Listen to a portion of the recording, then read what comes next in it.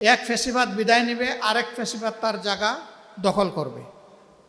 আমরা ওই রূপান্তরটা চাইনি। নিচে আপনারা দেখেছেন স্বৈরাচারের গলায় রশি দিয়ে চতুর্দিকে এক একজন ধরে রেখেছে, টান দিচ্ছে। কারা টান দিচ্ছে? আবু সাইদ। কে টান দিচ্ছে? মুগ্ধ। কে? ওয়াসিফ। কে? নাইমা। কে? আনাস। এরা টান দিচ্ছে। স্লোগান ছিল, রশি ধরে মারো টান, ফেসিবাদ হবে খান খান। এরা এমন টান দিয়েছে যে ফেসিবাদ খান খান হয়ে চতুর্দিকে উড়ে গেছে, টিকতে পারে নাই। নূতন ফেসিবাদ জন্ম দেওয়ার কেউ দুঃসাহস দেখাবেন না। যদি দেখান তাহলে আবারও আবাল বৃদ্ধ বনিতা বাধ্য হবে তাদের নৈতিক দায়িত্ব পালন করতে। ছাত্র সমাজের মেজাজ হচ্ছে দুনিয়ার সকল যুগে সকল দেশে কমন। তারা সবসময় অন্যায়ের বিরুদ্ধে, অসত্যের বিরুদ্ধে। বাংলাদেশও তার ব্যতিক্রম নয়। এই যে এইদিকে কয়েকজন হাত নাড়তেছে, এরাও জুলাই যোদ্ধা ছিল। আজকে নিচে ঘুরে ঘুরে আশা করি আমার মতো আপনারা সবাই দেখেছে, কার্যত এখানে শিশু কিশোরদেরকে তুলে আনা হয়েছে। তাদের ছবি, তাদের ব্যাপারে দুটি কথা এবং তাদের কাল্পনিক কিছু হৃদয়ে ছোঁয়া আবেদন,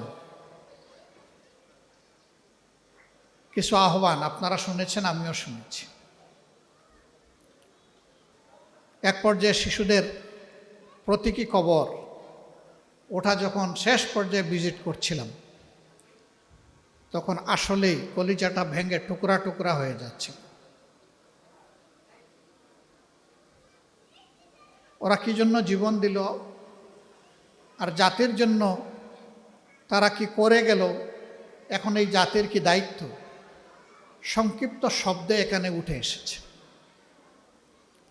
আমি বলেছিলাম বাংলাদেশের রাজনীতি যারা নিয়ন্ত্রণ করেন তারা সবাই যদি আমার মতো এসে এখানে একটু শুনতে পারতেন, তাহলে তাদের সাথে আমরা কেউ বিশ্বাসঘাতকতা করতে পারতাম না। আজকে এই ফিল্ম প্রতিযোগিতায় যারা অংশগ্রহণ করেছে তাদেরকে অভিনন্দন জানানোর পাশাপাশি তাদের জন্য দোয়া করি। আজকে তাদের কল্পনার রং তুলিতে যেভাবে তারা জুলাইকে তুলে এনেছে, ধারণ করেছে এবং জাতির সামনে উপস্থাপন করেছে, আগামীতে এরাই যেন জাতির নেতৃত্ব দিতে পারে। এরা যেদিন জাতির নেতৃত্বে আসবে, আমরা একটা নতুন জাতি, একটা নতুন দেশ সত্যিকার অর্থে পাবো, আমি বিশ্বাস করি। এখন কি তাহলে ওদের জন্য আমরা বসে থাকবো, নিজেরা কিছু করব না? না, অবশ্যই করব এবং ওদের জন্য ওই জায়গাটা তৈরি করে দেওয়ার জন্য যা দরকার তাই করব ইনশাআল্লাহ। তার কোনো কমতি হবে না, চুল পরিমাণ কমতি হবে না। আমরা জুলাই শহীদ পরিবার, আহত পঙ্গু সমস্ত যোদ্ধা ভাই বোনদের প্রতি আমরা অঙ্গীকার ব্যক্ত করছি। আপনাদের আকাঙ্ক্ষার বাংলাদেশ গড়া এবং খুনি জুলুমবাদদের বিচার করা, এই দুইটাকে আমাদের পবিত্র দায়িত্ব আমরা মনে করি। যদি খুনি এবং জুলুমবাদদের বিচার না হয়, তাহলে এই জাতির মধ্যে আরো বেশি বেশি করে খুনি তৈরি হবে। এক ফেসিবাদ বিদায় নেবে, আরেক ফেসিবাদ তার জায়গা দখল করবে। আমরা ওই রূপান্তরটা চাইনি। আমরা চেয়েছি ফেসিবাদের পুরা রক্ত বদলে দিয়ে নূতন রক্ত সঞ্চালিত করা হোক বাংলাদেশের দেহের ভিতরে। আমরা সেই পরিবর্তনের বাংলাদেশই চাচ্ছি এবং এর জন্য অনিবার্য হয়ে উঠেছে গণভোটের গণরায় বাস্তবায়ন, জুলাই সনদ হুবহু বাস্তবায়ন। সরকারি দল এখনো চাচ্ছে না। তারা বলে আমরা অক্ষরে অক্ষরে বাস্তবায়ন করব, কিন্তু সব উল্টাপথে হাঁটতেছে। আমরা তাদেরকে অনুরোধ জানাবো, সঠিক পথে আসো। সঠিক পথে না আসলে এই জাতি অতীতে যাদেরকে সঠিক পথে এনেছে, আপনাদেরকেও সঠিক পথে আসতে তারা বাধ্য করবে, অথবা অতীতের ফ্যাসিস্টদের যে পরিণতি হয়েছে সেই পরিণতি আপনাদেরকে ভোগ করতে হবে। নিচে আপনারা দেখেছেন স্বৈরাচারের গলায় রশি দিয়ে চতুর্দিকে এক একজন ধরে রেখেছে, টান দিচ্ছে। কারা টান দিচ্ছে? আবু সাইদ। কে টান দিচ্ছে? মুগ্ধ। কে? ওয়াসিফ। কে? নাইমা। কে? আনাস। এরা টান দিচ্ছে। স্লোগান ছিল, রশি ধরে মারো টান, ফেসিবাদ হবে খান খান। এরা এমন টান দিয়েছে যে ফেসিবাদ খান খান হয়ে চতুর্দিকে উড়ে গেছে, টিকতে পারে নাই।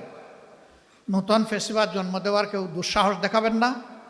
যদি দেখান তাহলে আবারও আবাল বৃদ্ধ বনিতা বাধ্য হবে তাদের নৈতিক দায়িত্ব পালন করতে। তখন কেউ পথ খুঁজে পাবেন না। আমরা ওটা চাই না। আমরা চাই সবাই মজলুম ছিলাম, মজলুমরা অন্তত জালিম নাই হই। মজলুমরা পরস্পরের প্রতি, দেশবাসীর প্রতি ন্যায় বিচার করি, সুবিচার করি। আমরা তাই চাচ্ছি। আজকে এই প্রতিযোগিতায় যারা অংশগ্রহণ করেছে সকলকে অভিনন্দন, বিশেষভাবে অভিনন্দন যারা বিজয়ীর পুরস্কার লাভ করবে, তাদেরকে অগ্রিম অভিনন্দন জানায় রাখলাম। এবার যারা সেই পুরস্কারগুলা পাবে না তারাও বিজয়ী, কারণ এটা একটা সাহসের ব্যাপার, এটা একটা বিশনের ব্যাপার। এই তরুণ যুবক, যুবা, প্রৌঢ়, বৃদ্ধ আমরা এখানে যারা আছি সকলের প্রতি আহ্বান, আসুন বাংলাদেশটাকে বুক ভরে ভালোবাসি, এদেশের মানুষকে সম্মান করি, পরস্পরের অধিকারের পাহারাদার হই। নিজে যেভাবে সম্মানিত হয়ে সমাজে বাঁচতে চাই, অন্যকে তার প্রাপ্য সম্মানটা নিশ্চিত করি। নিজে যেভাবে বঞ্চিত হলে সুবিচার আশা করি, সকলের জন্য সেই সুবিচার নিশ্চিত হোক। জুলাইয়ের চেতনা ধারণ করতে হবে প্রজন্মের পর প্রজন্ম। জুলাইয়ের চেতনা থেকে সরে গিয়ে যদি কোনো রাজনৈতিক দল, কোনো শক্তি, কোনো পরাশক্তি, কোনো কালচারাল ফ্যাসিস্টরা দেশকে আবার ফ্যাসিবাদের দিকে নিয়ে যেতে চায়, ছাত্র জনতার আরেকটি গণ অভ্যুত্থানের মধ্য দিয়ে সেই চেষ্টাকে প্রতিহত করতে হবে। আমাদের এটাই হোক এবার দ্বিতীয় বার্ষিকের আয়োজনের বার্তা। সকলকে ধন্যবাদ জানিয়ে আমরা আমাদের সম্মানিত আমির জামাতের বক্তব্য শুনব। আজকের এই আয়োজন সার্থক হোক, সফল হোক। এখানকার এই বার্তা সারা দেশের সকল শিক্ষা প্রতিষ্ঠানে, শাখায় শাখায়, গ্রামে গঞ্জে ছড়িয়ে পড়ুক। 18 কোটি, 19 কোটি, 20 কোটি মানুষ ফ্যাসিবাদকে বিদায় দিয়ে যে নতুন বৈষম্যহীন বাংলাদেশ নির্মাণের জন্য জীবন দিয়েছিল, সেই সংগ্রাম যেন থেমে না যায়, আমরা যেন সেই সংগ্রামে সফল হতে পারি। আল্লাহর কাছে সেই তৌফিক কামনা করে শিবিরকে ধন্যবাদ জানিয়ে আমি আমার বক্তব্য এখানেই শেষ করছি। আমা তৌফিক ইল্লা বিল্লাহ। আসসালামু আলাইকুম ওয়া রাহমাতুল্লাহি ওয়া বারাকাতুহু।